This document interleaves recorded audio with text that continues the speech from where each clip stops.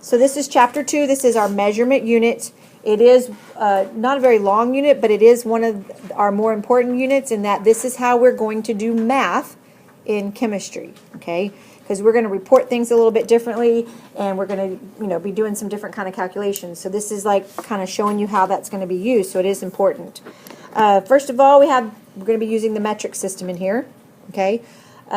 We will not be using the English system. That's just a cute little cartoon that I've been using for a long time. So first of all, in this class, there's no cussing.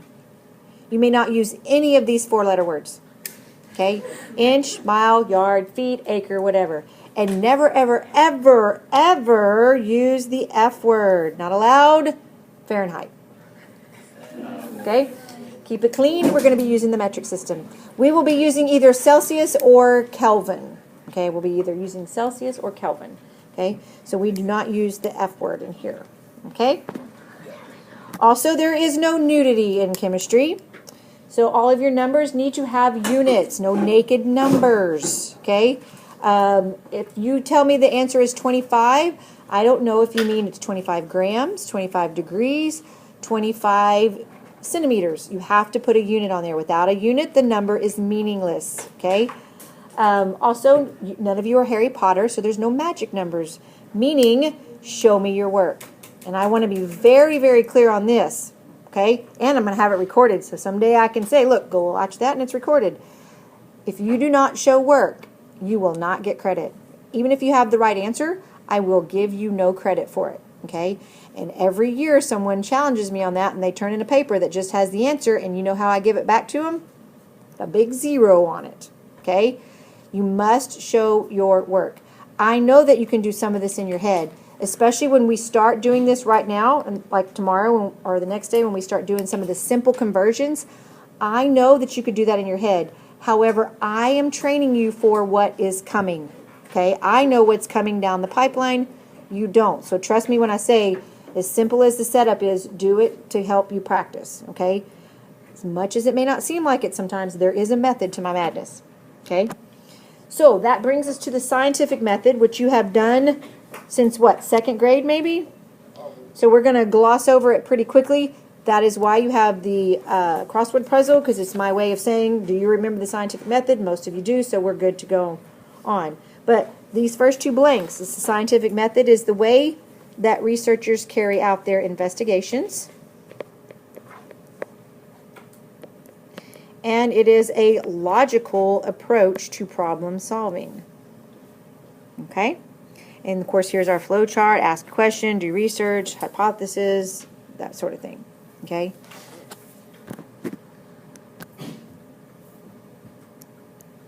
The steps to the scientific method. Okay, first thing is you're going to ask a question. After you ask a question, you're not just going to jump right in and do your hypothesis. You're going to observe or collect data. Most of the time it started out with, I noticed that when X happens, then Y happens, and that makes you question it. So you're going to observe and collect data. You next will formulate a hypothesis. Now, I prefer testable statement over educated guess.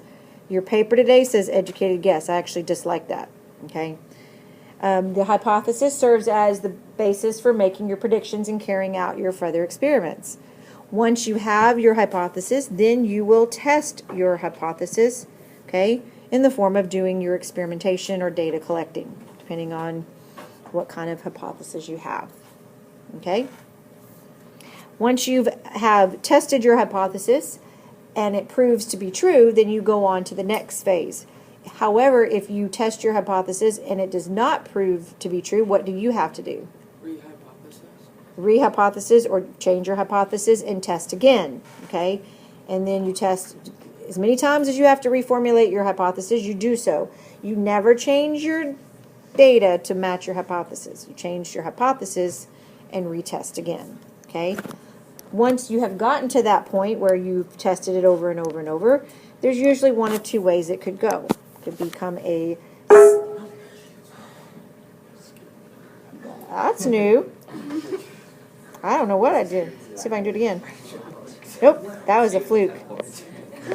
Scientific law, okay, is a general statement based on the observed behavior of matter to which no known exceptions. Okay, that's the clue there.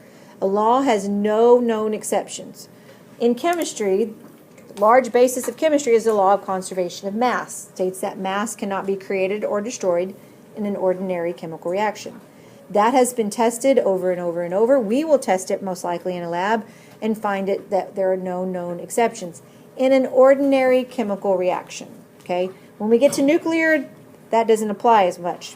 Okay, because that's a different kind of reactions because it's using the nucleus. Okay, a theory is a broad generalization that explains a body of facts. Okay, the reason it's still a theory is something about it has not been able to be proven, or there might be something that's not quite adding up, and so that's why it remains a theory. There are some theories that, quite frankly, might not ever become laws because there is no way to prove what that theory is about. Does anybody have an example of what they think that could be? The Big Bang Theory. They think they know, they have things to add, evidence of maybe what had happened, but there's no way we can go back in time and witness exactly what happened. Okay? Now, some scientists and some people in the media like to present theory as if they are a fact or a law. Okay? There may be a lot of the components that are, but then there's also that scientific question of maybe it is, maybe it isn't. So just keep that in mind when people are talking about theory. Okay? So when we are collecting our data, there are two types of data that you can collect. Both are very valuable and both are very useful. They're just different. Okay? First type is numerical in value, and we call that quantitative data. And quantitative data means something was measured. Okay? It always, remember I said no naked numbers, always has a number and a unit. Okay?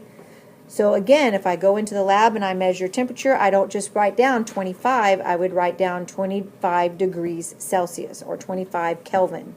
Okay? A qualitative means it is something that is descriptive or observed. And it's going to be something that's observed with one of your five senses.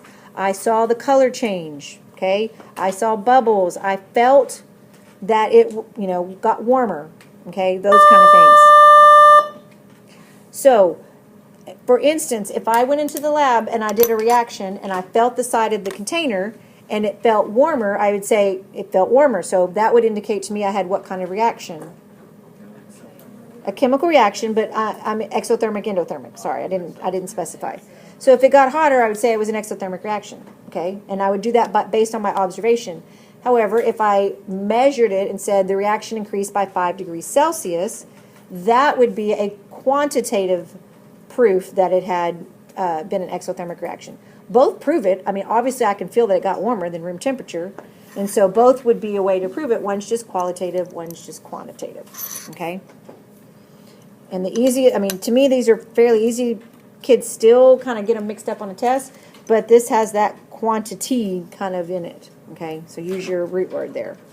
And this has like a quality. And an observation is going to be a quality. Don't do that. Don't want to do that. Okay? Precision and accuracy. On the surface, they seem really easy. But on a test, kids get them backwards all the time. Okay? For some reason, I don't know why. So, precision is the first one. And precision is the closeness of a set of measurements. In other words, can I repeat the same measurement multiple times? Okay? It's how well they agree with one another. Okay? Accuracy is basically, is it right? Okay? How closely does it agree with the correct value? Okay? Now, for precision, can you measure precision if you just have one measurement? No, because it's a set of measurements. But for accuracy, can I measure accuracy with just one? Yes, you can. So that's one big difference between them. Okay? So the best example is throwing darts. Don't have to do that left side. So here's my first dartboard, 1, 2, 3. The person throwing this, are they accurate? No, but are they precise? Yes. So they would have poor accuracy but good precision. Okay? 1, 2, 3. How about this person? They pretty much stink at darts, which is how I throw darts. Okay? They would have poor accuracy and poor precision. And then the last person, they win the tournament. Okay? They are both precise and accurate. Okay? They got it all going on right there. Okay? Random errors reduce your precision. Okay? Systematic errors reduce your accuracy. Random errors tend to be human errors. You messed up. And systematic errors tend to be the instrumentation. Okay? Now, just because an instrument is not necessarily very accurate, if you know that it's precise, you can actually still use that sometimes because that is built into the error or the machine. So let's say I have a balance and I put my little weight on there and I find out I have this little 200 gram weight that's exactly 200 grams. Put it on the balance and my balance reads 199. Okay? So it's not accurate. I'm off by a gram. Okay? But if it's always off by a gram, will that make a difference if I'm doing something where I measure the before and after value? No, because that 1 gram is built into both measurements. So when I subtract them, it's not going to affect it. Okay? So you can still use that instrumentation sometimes. Okay? And then reproducibility is precision. You check by repeating the measurement over and over. Poor precision usually results from poor technique. Okay? And then correctness is checked by using a different method. And then poor accuracy results either from procedural, maybe the procedure was just wrong to begin with, or something's wrong with the equipment. Okay? So that is precision and accuracy. Don't do that. Percent error. Put a star by this formula. You will use this formula off and on all year long. All year long. Okay? So if you're keeping up with your notebook, it's handy because it's on the first page of your notes. I'm recording. Okay. So this value right here, accepted value, is the correct value. What is published? Okay, what is published? The accepted value is what's published, what I would give you. The experimental value is what you would get. So this would be your value when you did the lab. Okay? What do these little bars right here mean? Absolute value. And in a nutshell, what does absolute value mean? It will never be negative, right? Okay? Because of that, some text will show accepted value minus experimental. Some will flip it and say experimental minus accepted. Because you're taking absolute value, it actually doesn't matter. Okay? Either way, because it's going to be a positive number when you take the absolute value. However, it's always accepted value on the bottom. Here's an easy way to remember that. Your value is suspect because you got it in the lab, so you're only going to use it once. The accepted or the real value is the true thing. It's more important, so you're going to use it twice, top and bottom. That's a way to help you remember that. So very quickly, we're going to do a little example. You can do it in your little margin. I'm making up these numbers. I do not know what the value of the density of copper is off the top of my head. Okay. So let's say we're going to do a density lab on Monday. And let's say your value, the experimental value for copper, you got 6.58 grams per centimeter cubed. And I tell you that the accepted value is actually 6.3 grams per centimeter cubed. So I want you to calculate what your percent error would be. So everybody do that real quickly, and then I will see if you're right.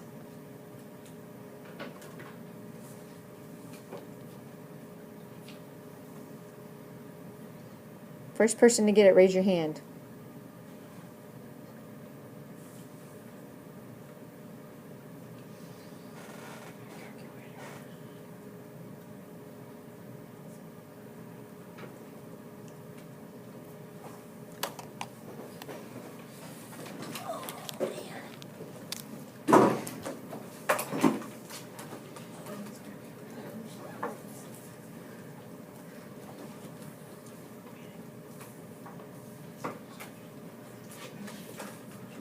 Anybody want to give me what they got?